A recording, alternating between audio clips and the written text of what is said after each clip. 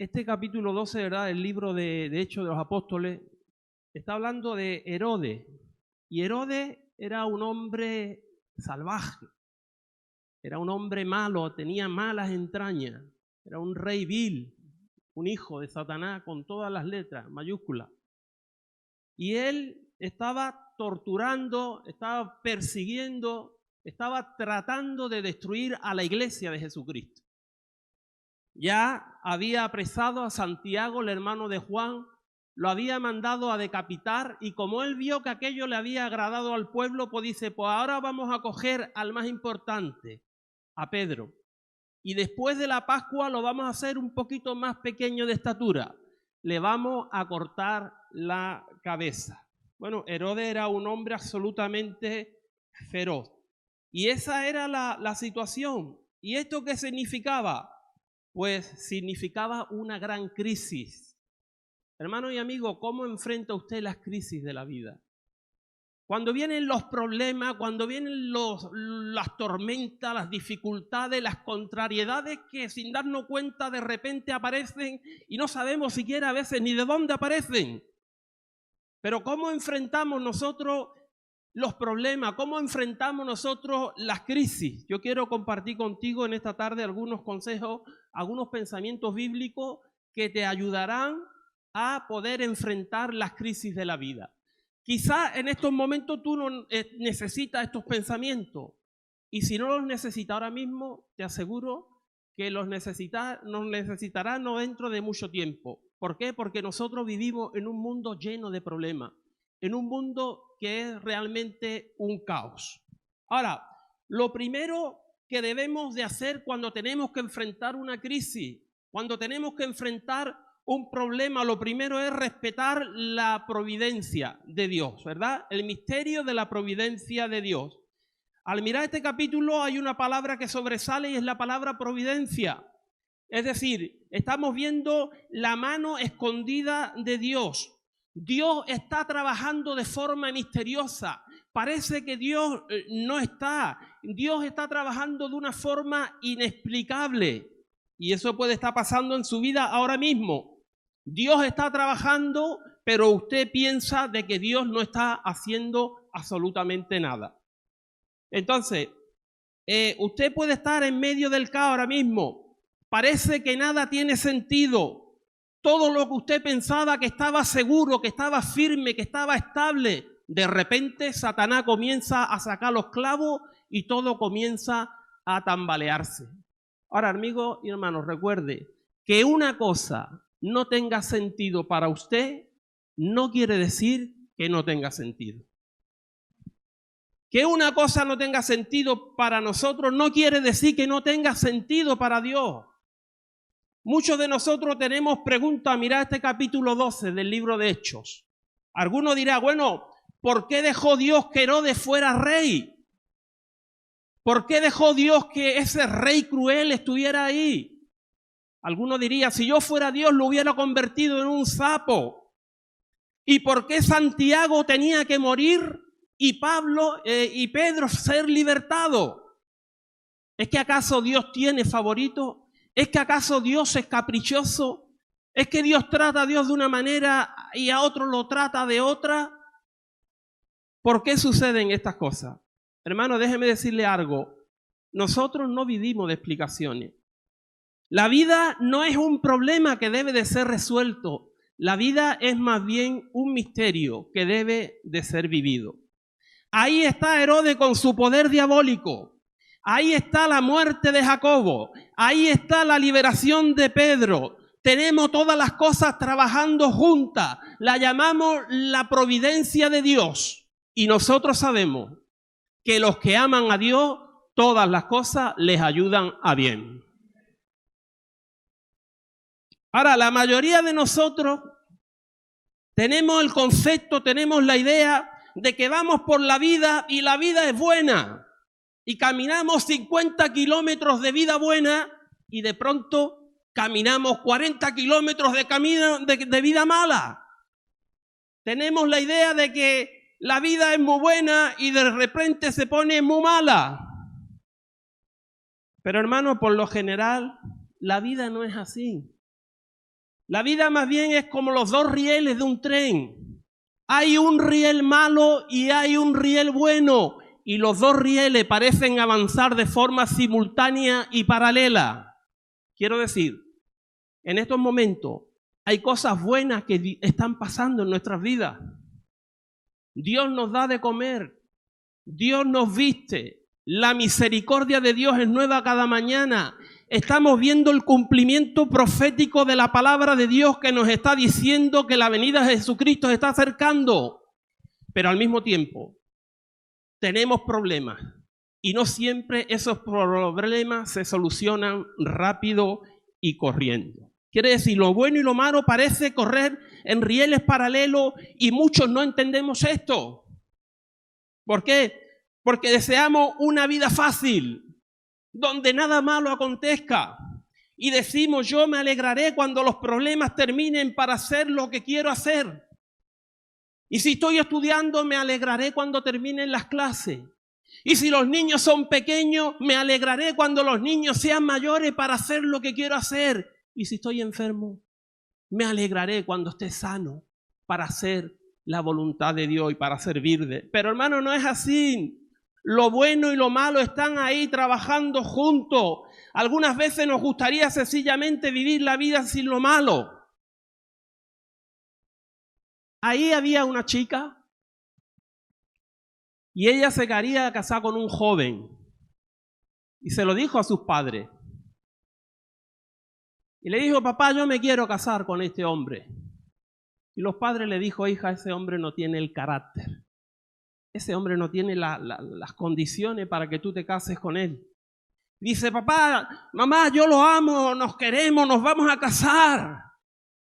Bueno, los padres trataron de arreglar las circunstancias, se casaron, tuvieron un bebé.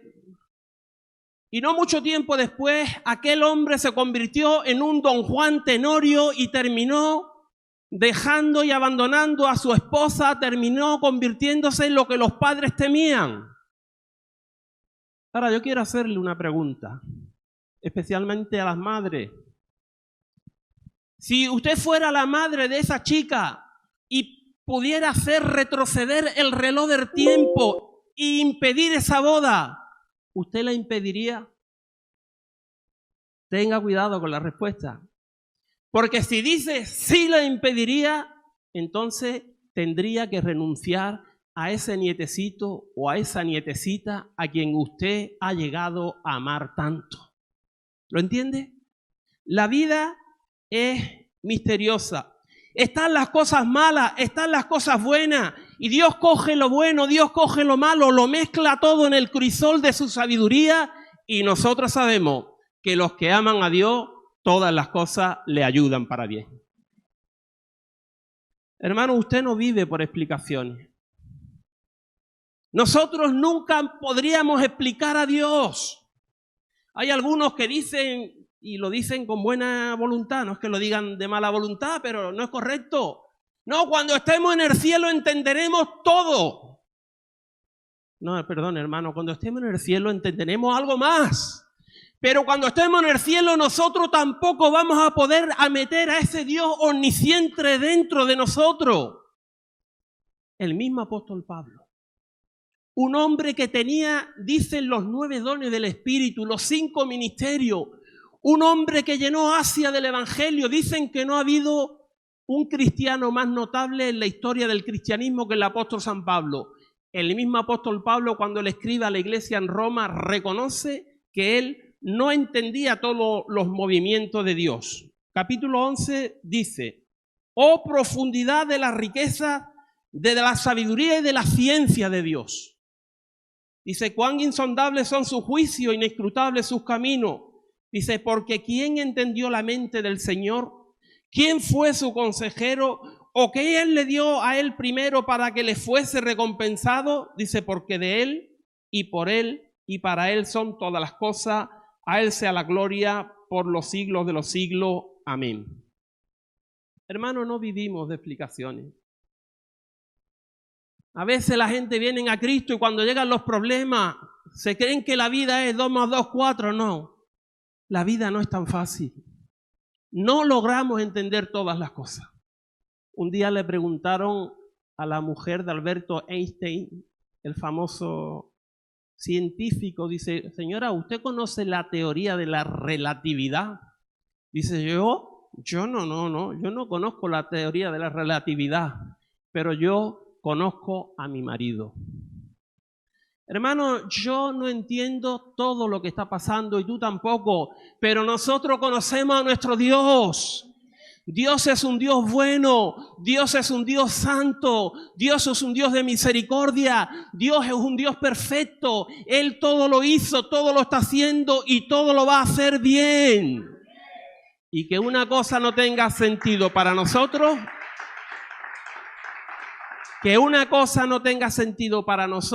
no quiere decir que no tenga sentido para Dios. Nosotros miramos un fragmento del cuadro, ¿no? Aquí hay algunas hermanas que pintan. Pero Dios ve el cuadro entero.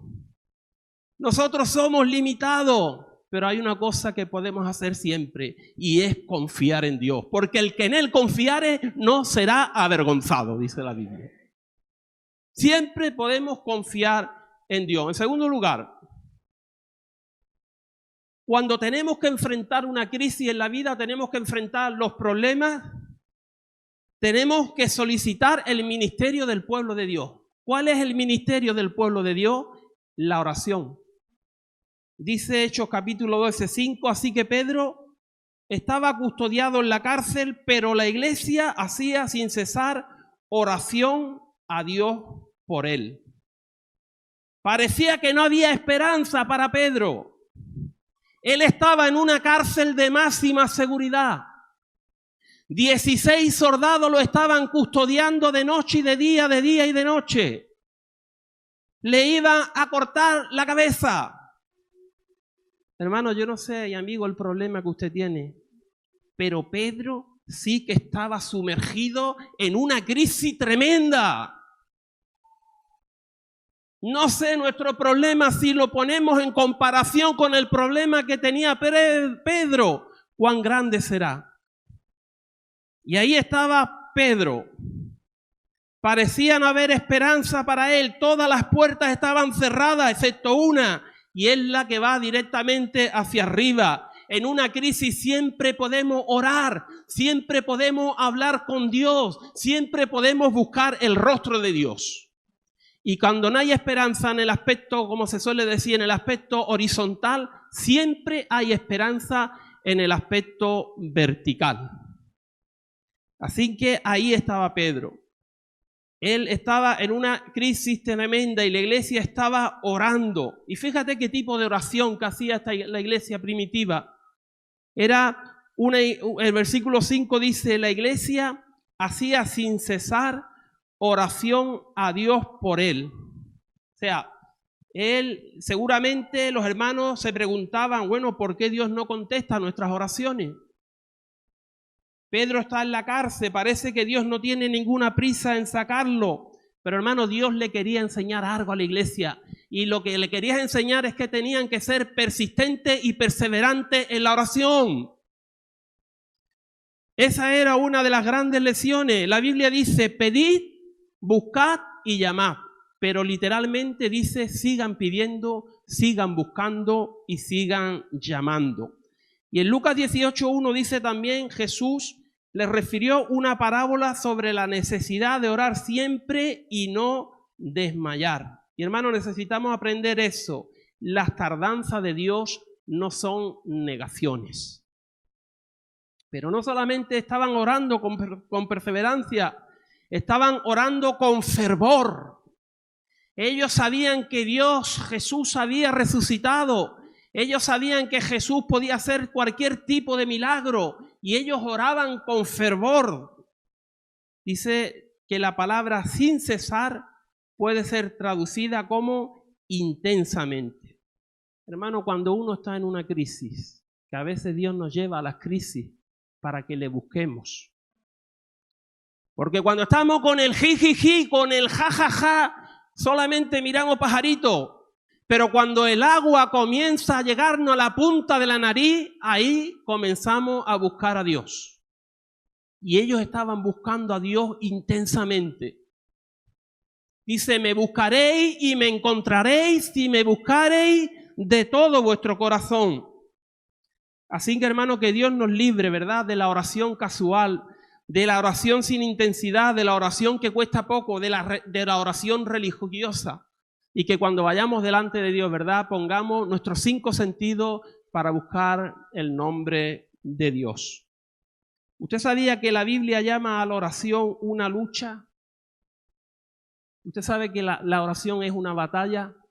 Mira lo que dice en Romanos 15:30, una versión traduce: les ruego, hermano, por nuestro Señor Jesucristo y por el amor del Espíritu, que se unan conmigo en esta lucha y que oren a Dios por mí. ¿Ha pensado alguna vez esto? Que cuando usted comienza a orar, comienza en una batalla. ¿Cuántas veces, verdad, nos ponemos a orar o no tenemos ganas de orar? ¿Y qué hacemos? No oramos. Pero, hermano, escuche bien, si hay un tiempo cuando usted debe de orar, es cuando no siente ganas de orar. Recuérdalo, si hay un tiempo cuando tú debes de orar, es cuando no siente ganas de orar. Y no solamente oraban fervorosamente, dice que ellos oraban en comunión con los hermanos. Dice, pero la iglesia hacía sin cesar oración a Dios por Pedro. Así que Jesús dijo, donde están 2 o 3 reunidos en mi nombre, ahí estoy yo en medio de ellos.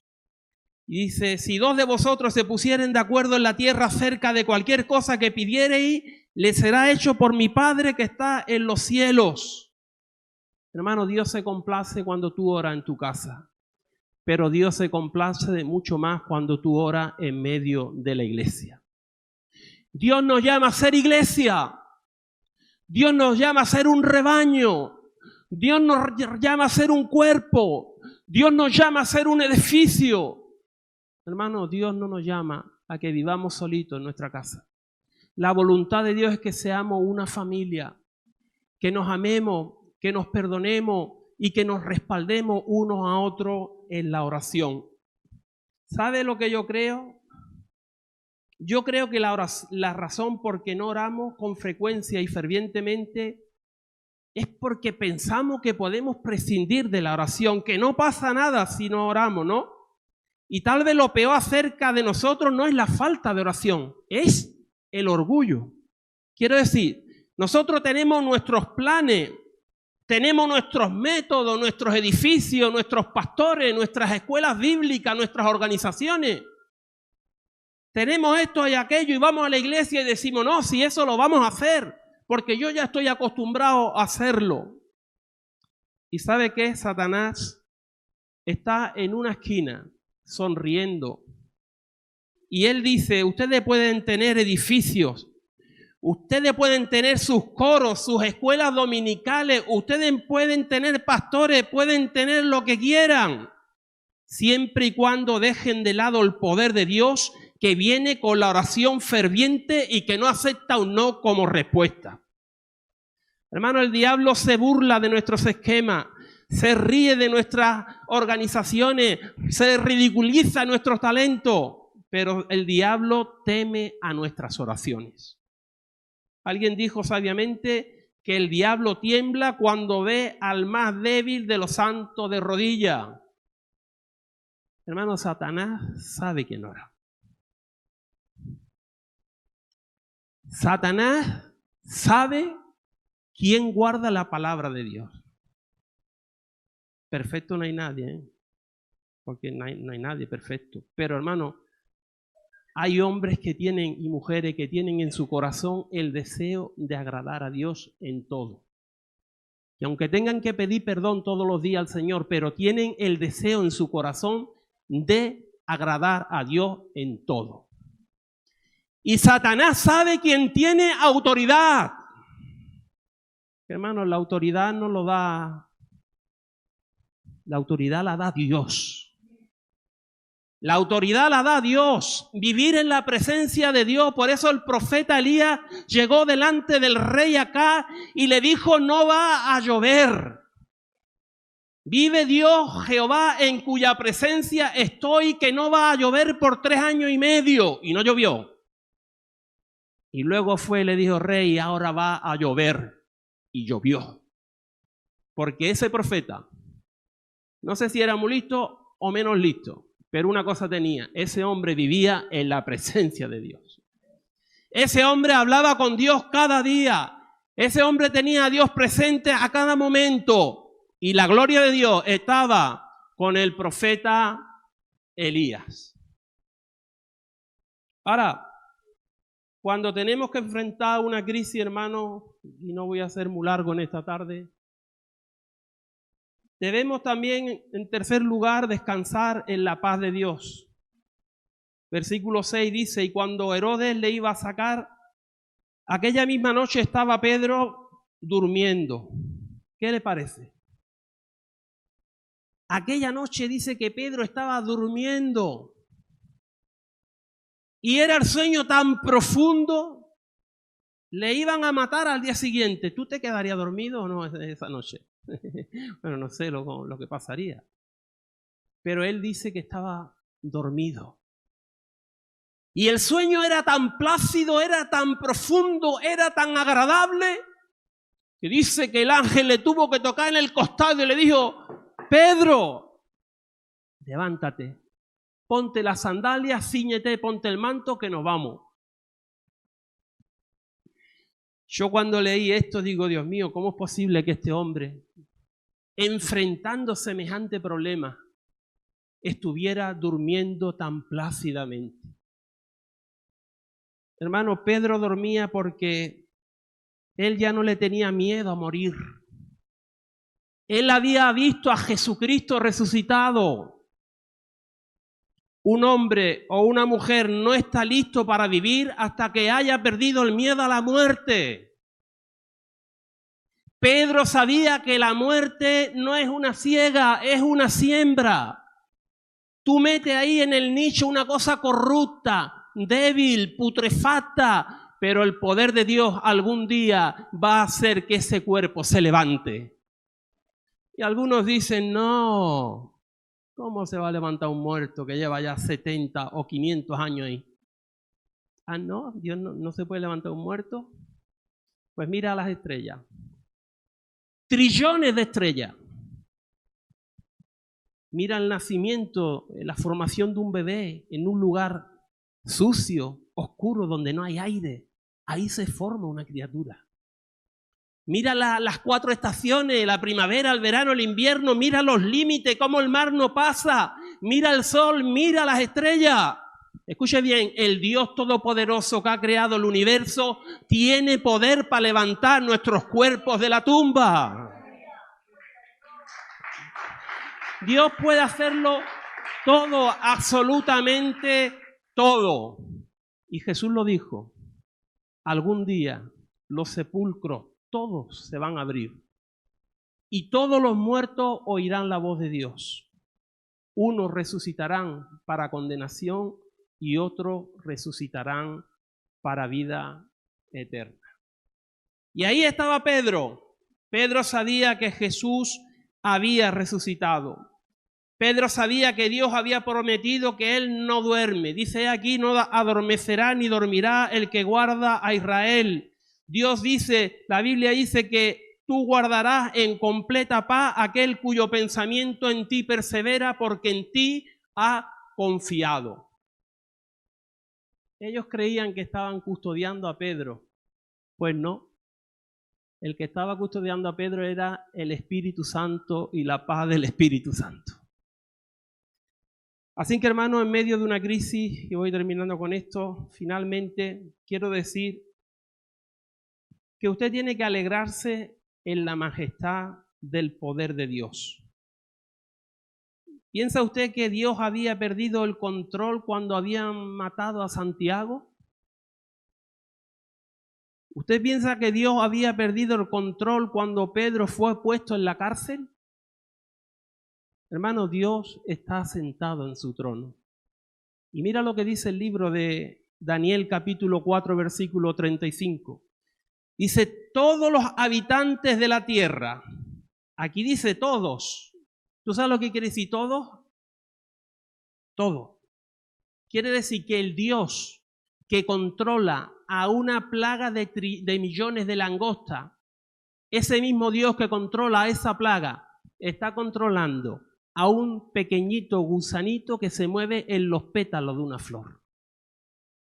Dice que Él controla a todos los habitantes de la tierra. Dice, y son considerados como nada. Dice, Él, Dios, hace según su voluntad en el ejército del cielo y en los habitantes de la tierra. Y no hay quien detenga su mano y le diga, ¿qué haces? Hermano, yo no sé usted cuando escucha esto qué piensa, pero esto trae una paz tremenda al corazón. El ángel sacó a Pedro. Algunos estarían dudando, ¿no? ¿Qué está pasando? ¿Lo van a matar como a Jacobo? ¿Es que acaso Dios no va a hacer nada? ¿Es que acaso Dios no se acuerda de nosotros? Hermano, amigo, yo no sé cuál es su problema. Quizá usted también está pensando que Dios no le ama o que Dios no se acuerda de usted o que Dios le ha olvidado. Esas son mentiras de Satanás. Dios a veces se tarda, hermano, pero Dios nunca llega tarde. Y vemos como al final la misericordia de Dios sacó a Pedro. Amén. Qué bueno, ¿verdad? Que mañana lunes nos vamos a levantar y le vamos a decir al Señor, Señor, gracias. Hay gente que cuando llega el lunes se deprime, no se deprima, hombre. Si no existiera el lunes, ¿cómo va a disfrutar del viernes? Mañana cuando te levantes, dile, Señor, gracias. Gracias porque pase lo que pase, tú estás al control y tus manos están sobre el timón. Te doy gracias por lo bueno y te doy gracias por lo malo. Señor, gracias. No vamos a decir, ver, es que si me sale el día redondo, ver cómo me va a parar hoy la suerte. ¿La suerte? La palabra suerte no existe en el vocabulario de los cristianos. En el Antiguo Testamento dice que la suerte cayó sobre Jonás. En el Nuevo Testamento dice que la suerte cayó sobre Matías. Pero en el libro de Proverbios dice que la suerte se echa en el regazo, mas de Jehová es la decisión de ella. Hermano, es Dios el que controla nuestras vidas. Es Dios el que tiene control de todas las cosas. Y por más oscuro que se ponga el día, por más fuerte que sea la tormenta, por más grande que sea la crisis, nosotros vamos a seguir alabando, glorificando y bendiciendo el nombre de nuestro Dios. Y como dijo Job, aunque Él me matare, en Dios esperaré. Y el que en Él esperare no será avergonzado. Amigo, quiero terminar con un versículo. En el libro de Apocalipsis dice que Jesucristo es la estrella resplandeciente de la mañana. Bueno, eso es lo principal.